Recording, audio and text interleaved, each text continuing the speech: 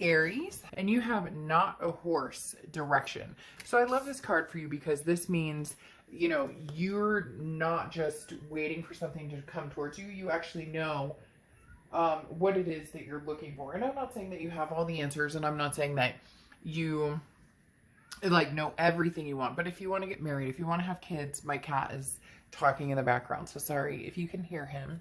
He is speaking loudly. So again, as I said, this is not just a way to get there, but this is knowing clearly where you want to go. This is, you know, knowing if you want to have kids, if you want to get married, whatever it is you want, this is knowing, again, a journey that you want to go. And maybe there's a fork in the road, and as the fork comes along, you know which way you want to go, even if it's just your, you know, intuition telling you, hey, this is where you're going. There's possibilities all over the place, and you're going to be choosing directions based on what's best for you and what feels good for you. Now, what's interesting here is your head and your heart. Now, I always read your sign over here, and the other energy over here can be completely flipped, and it can also be cross watchers welcome. But just please be nice to the sign I'm reading for, you know, in the comments. You get my point. So your head and your heart. In your head, you have the Four of Wands. So you're looking for that resting place, that first completion. You're looking for, you know, the no longer single type scenario. Now, some of you may be single and loving it, but eventually the Four of Wands is where you want to be, like happy home, happy resting place. You have the Nine of Cups in your heart, bliss, pleasure, fulfillment. This is what you're looking for. This is the direction you're headed. You're not sure if you want it with somebody from the past. Some of you may be adamant you don't. Others of you maybe are interested in seeing what the past has to say. And in general, you just want to move forward. There's forward momentum here to be had. You just want to find this happy place, and that's super important for you. It kind of, regardless of who it's with. And I can't remember, another sign kind of seemed, I want to say Capricorn, maybe, so don't, you know, I don't swear by that, but another sign had this kind of energy too, that you're ready for something, you're ready for a direction in your life, whether it's past or present. You're not swearing by either one. You're just knowing that's something that you want. Now, this other person in their past, you guys have me like bloop, bloop, bloop, bloop, bloop. I don't know, somebody's like in my ear, and it's making me kind of, you know, all over, up and down. So in your head, in their heart, they have the Eight of Pentacles in their head, and they have the King of Wands in their heart. So the Eight of Pentacles is work, work, work, work, work. This tells me, Aries, that this person is focused on work, or focused on working on themselves, focused on making money, focused on, you know, dollar bills, basically. Because the Eight of Pentacles in their head is saying, this is what I need to focus on. I can't be, there's a sense like a blockage with this person. They can't be, you know, how do I say it? Now they said the word and now I just lost it. Distracted. So they can't be distracted by love for some reason. So maybe you've dealt with this person before. And so you're kind of like, well, look, you do your thing and I'm over here and I'm going to find something magnificent, something wonderful, something happy, something that, you know, that moves me closer to what it is that I want. But they have the King of Wands in their heart. The King of Wands is a magnetic type energy. So they're drawn to you. They still have that pull, but they're trying not to let the emotions get in the way. The King of Wands is somebody who's very, good at communication. So that definitely says that communication could be coming in, but also, as I said, they're kind of, you know, well, this is what I need to do right now. They're like overly, hyperly focused. So hypersensitive focused, if you will, on work or other things. This is because they're very goal and oriented. They want to, like plan ahead, or they want to understand the future and where they're going. And that's what they're focused on, but they're focused on a different sense of future. They're focused on, you know, the money aspect, the value aspect, instead of the heart aspect. But there's something about this king and little heart bubble right here that just tells me, there's a few of them actually, if you look at it closely, that tells me that they're still very, very drawn to you. They're just, it's almost like an ostrich with their head in the sand, trying to ignore it, trying to, you know, steer clear of it, because that means that they might have to open their heart up again, or they may set themselves up for, you know, emotions that they're not ready. I feel like this person's almost emotionally unavailable, Aries. Now, you have the Devil card here and the Seven of Wands. So in your present situation, you're avoiding toxicity altogether. So you may be avoiding this person, they may be avoiding you, but the Devil card is Capricorn's card. So it's interesting. I said something in the beginning where I was like, I almost said this is your Capricorn something. But the Devil card represents Capricorn, so you could be dealing with Cap or have Cap placements in your chart, or they do. But the Devil card talks about, again, that toxicity, and that's what you're trying to avoid. I like the Devil facing this way because this is saying, look, you're kind of turning your back on, maybe this person was toxic for you. Maybe they weren't emotionally available. Maybe you guys were toxic for each other. There could be, you know, oftentimes this represents substances. It can represent, you know, different addictions. Now, it doesn't have to be that way. It can just be that the two of you didn't grind well together, and you're like on an all-time high with the Four of Wands and the Nine of Cups. You're kind of floating right now. So whether you've met somebody, whether you're just feeling a sense of freedom, whether you're looking forward to what's to come, you're avoiding this toxicity. You're like, no, Devil, look away, look away. Now, the Seven of Wands here is a defense. It's a strategy. It's priority. So you're getting your priorities in check, but you're also on the defense. So this person may be contacting you. It looks like they're kind of debating on what they want to do. They care for you a lot, but you bring up emotions in them that they may not be able to handle right now. Or you bring up emotions in them that maybe you've never even gotten a chance to see this emotional side of them, because it's always been about like responsibility and taking care of business instead of, you know, building the intimacy or connecting that way. For some reason, they're telling me like a lack of sexual desire too, or a lack of physicality eventually. And you're ready. You want that physical touch. You want the emotional availability from somebody. So right now, if this person is communicating with you, you're very much on the defense. You have kind of a wall built up, and you've decided that no more. It's almost as if this person was a little, I don't want to say controlling, because it's not necessarily controlling, but they were very like planned and programmed and what they want and, you know, what you should be doing, and they couldn't just release themselves and let go.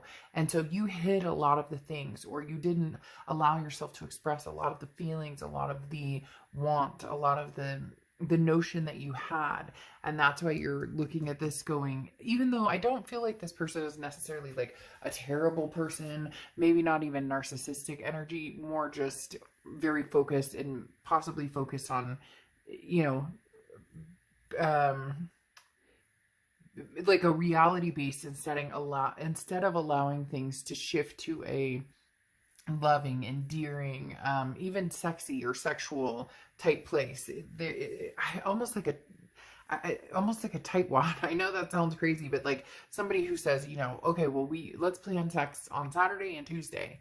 You know what I mean? And you're looking for more of a free-spirited energy here. Now you have the Two of Swords and the Three, or the Empress, sorry, over here. It is the Three, but it's the Empress over here, and they're present. The Two of Swords is decision. They miss you. They miss you more than they're going to possibly admit. It's like they'll never fully admit how much they miss you. They miss you to a fault.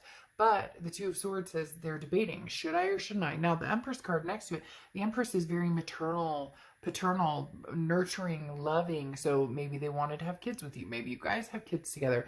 Or maybe that was something in the talks. It could even be fur babies. Maybe you have, you know, pets together, or that was something you were planning on doing, adopting pets. Whatever it is, the Empress talks about, you know, being the sweet honey, so to speak, and you're their sweet honey. And you're looking at them more right now as, again, toxic is a little harsh on this one, Aries, because I feel like it's not a negative, it wasn't like they were this negative person, or it just unfulfilling. And then it became toxic within you because you started resenting them to a certain extent, resenting the fact that, yes, they were trying to maybe, you know, make sure finances were correct and make sure that, you know, you guys were eating healthier. Or I get this impression of somebody who looked at it kind of like a job prospect. Not that they didn't love you or care about you, but that's how they knew to take care of you. It was almost like a thing of, I just want to take care of you, or and you're looking for like a passion, a romance, something here that just feels good, that feels amazing, that you're not getting from this person. Even though ironically, they love you very, very deeply, especially with this Empress card, but they're having a hard time showing it, and they're debating on whether they're going to even show it. They're debating on whether they should move on or, you know, show you. And at this moment, it feels as though you may have already moved on, or you're kind of testing the waters, because you have the Ten of Wands here and the Three of Pentacles in your future. The Ten of Wands is releasing some sort of burden. So maybe you've been waiting for this person to come around for a long time. You were hoping that you would see the other side of them, and it never happened. Or if you did see the other side of it, it was like pulling teeth. Like you had to drag it out of them to have fun, or to have some sort of spontaneity or some sort of spark or passion. The Ten of Wands is releasing some sort of burden and completion. So for some of you, this is letting this person go now, and understanding that it may be somebody else that you're going to connect with that allows you to find the abundance and the belonging. Because you have the Three of Pentacles here, and the Three of Pentacles is a third party situation. Now, sometimes it's a teamwork, but that's often when two people are together, right? When you're already in a relationship, or when you're working on coming together. The Three of Pentacles here symbolizes third party. Now, the third party could be, you know, with the Devil card here, it could be substances. It could be, you know, addictions like sex addiction, different things. It can also just be releasing negative energy from your life. But the Three of Pentacles talks about something else existing in your life. More than likely, this is going to be another person. This is going to be somebody that maybe you're talking to right now, that you're enjoying their company. Maybe it's a, you know, FWB type relationship, or just, you know, hanging out, getting loose, having fun. And not like that. That sounded terrible, because somebody just went, what? No. Don't get your head out of the gutter. But the Three of Pentacles talks about, you know, do I have to go somewhere else to get this type of satisfaction, or to find some fun? Like, great if I want a dad, or great if I want a mom, or great if I want, you know, somebody like hovering over my shoulder or micromanaging everything. But can't we just, you know, take a mini vacation and run off?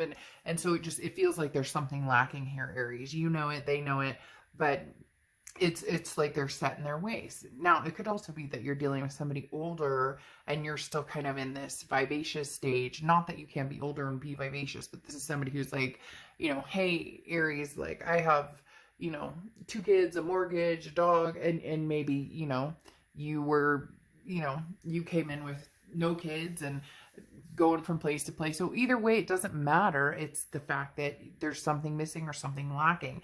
And I don't feel like this person knows how to do this, because then they have the Knight of Pentacles, and somebody else got this too. This exact Knight of Pentacles and Queen of Pentacles. I almost feel like it was Leo.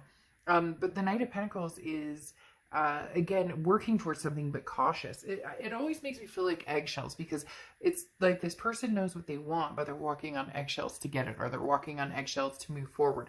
So this person is coming towards you, Aries, but they're coming towards you not quite sure what to do, because they don't know how to fix it, and they're a fixer. I feel like it may be an earth sign you're dealing with, a Virgo, Taurus, or Capricorn. They're a fixer. They're somebody who really, really wants to have this with you, but they can't emotionally open up. Maybe they've never emotionally opened up to you, and you're just, there's a point where intimacy needs to reach a further level, or then it just becomes like, hey, we're roommates. Now, they have the Queen of Pentacles, which is a generous energy, also maternal, paternal. So again, I feel like there's a kid aspect here, or there could be a kid aspect, or they treat you almost like a child, and you're not a child, but they come across as like, I'm the wise one, because the Queen of Pentacles is a very, like, I'm, you know, they've learned their lesson. They've learned a lot. So again, you could be dealing with somebody older, but somebody who maybe has been through a divorce or kids and something, and I'm not saying that you haven't either. That could be either side. But the Queen of Pentacles is somebody who's like, you know, again, it makes you feel sometimes a little bit small. So I'm very interested to see, because it's almost like you're sowing wild oats coming out of this, going, oh my gosh, I just want to let my hair down, and I just want to, you know, run to a you know, club and dance my ass off, and wear a cute shirt, or you know, go to the gym and put on some more muscle, or whatever it is for you. So it feels as though you're kind of, and this may just be a break to kind of see, you know, what you're missing. But it's interesting, because this feels a little impulsive, and then this feels very grounded. But how do you mix the two? How do you come to the healing aspect? I really do feel, Aries, like you guys are actually very good for each other, but there needs to be some sort of compromise, or some sort of progress when it comes to, you know, a passion, or both of you feeling some sort of fulfillment. And I do get very much like a, you know, somebody who needs to loosen up over here, somebody who, you know, needs to understand that, you know, life is short, and you can plan as much as you can for the future, but you can't guarantee it, right?